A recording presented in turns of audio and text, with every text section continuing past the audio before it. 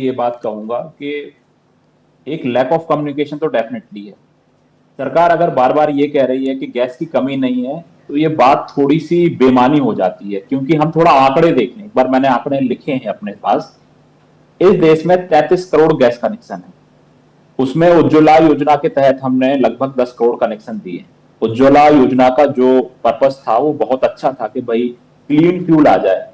Biomass से, गोबर से, कंडों से जब खाना बनता था गांव देहातों में, तो माता बहनों की आंखों की रोशनी चली जाती थी।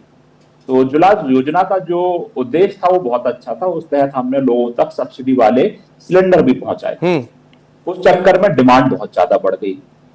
हमारा जो 60% एलपीजी जो डोमेस्टिक है उसकी जो आपूर्ति है, उसका जो सप्लाई है, वो इंपोर्ट से पूरा होता है। और ये 60% इंपोर्ट का 90% हिस्सा कहां से निकलता है? स्ट्रेट ऑफ हॉर्मस से निकलता है, जहां पे ये युद्ध हो रहा है।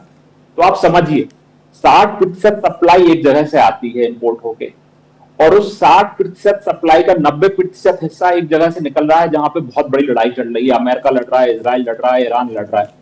तो मतलब हमारी आधे से ज्यादा जो सप्लाई है वो डिस्टर्बेड हो गई है जी। ऐसी स्थिति में अगर सरकार बार बार कह रही है कि कोई दिक्कत नहीं है, तो ये मैं मानता हूं मिसकम्युनिकेशन है, और इस चक्कर में काफी ज्यादा और समस्या हो रही है। कम्युनिकेशन को थोड़ा क्लियर करना चाहिए। पहली बात ये, एलपीजी की सप्लाई में कमी आई है, एक बात। उस सप्लाई की कमी के चलते हुए डिसरप्शन है। अब उस डिसरप्शन को कैसे हैंडल करना है, उसके लिए एसेंशियल कमोडिटी एक्ट इन्वोक किया जा चुका है। एसेंशियल कमोडिटी एक्ट 1955 का एक एक्ट है जो कहता है कि मुश्किल के वक्त में इस देश में ऐसी व्यवस्था है कि सरकार, सेंट्रल गवर्नमेंट चाहे सेक्शन 3 के तहत किसी भी वस्तु को, जैसे कि इस केस में जो डोमेस्टिक एलपीजी है, उसको एसेंशियल कमोडिटी की तरह नोटिफाई कर दिया गया है।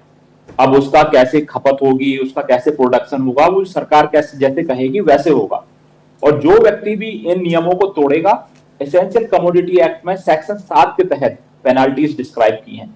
जैसे कि राव साहब ने कहा था, इन लोगों पे मुकदमे दर्ज हो जाने चाहिए, तो ये बिल्कुल सही बात है। इन पे मुकदमे दर्ज हो जा सकते हैं। एसेंशियल कमोडिटी एक्ट आने के बाद बहुत ज्यादा पावर है। ये सारे ऑफेंसेस कॉग्निजेबल हैं। एक ऑफेंस संज्ञेय है, उसका मतलब ये है कि पुलिस चाहे तो इसमें बिना किसी वारंट वगैरह के गिरफ्तारी कर सकती है। ठीक है। 7 साल तक की सजा हो सकती है, संपत्ति कुर्क हो सकती है। तो बहुत पावर है ब्लैक मार्केटिंग को हैंडल करने का। ठीक है। अब दो मुद्दे बहुत अलग है। एक तरफ किल्लत का मुद्दा अलग है, लेकिन अगर कमी है तो आप कमी के कारण क्या कालाबाजारी करेंगे, ये बेहद महत्वपूर्ण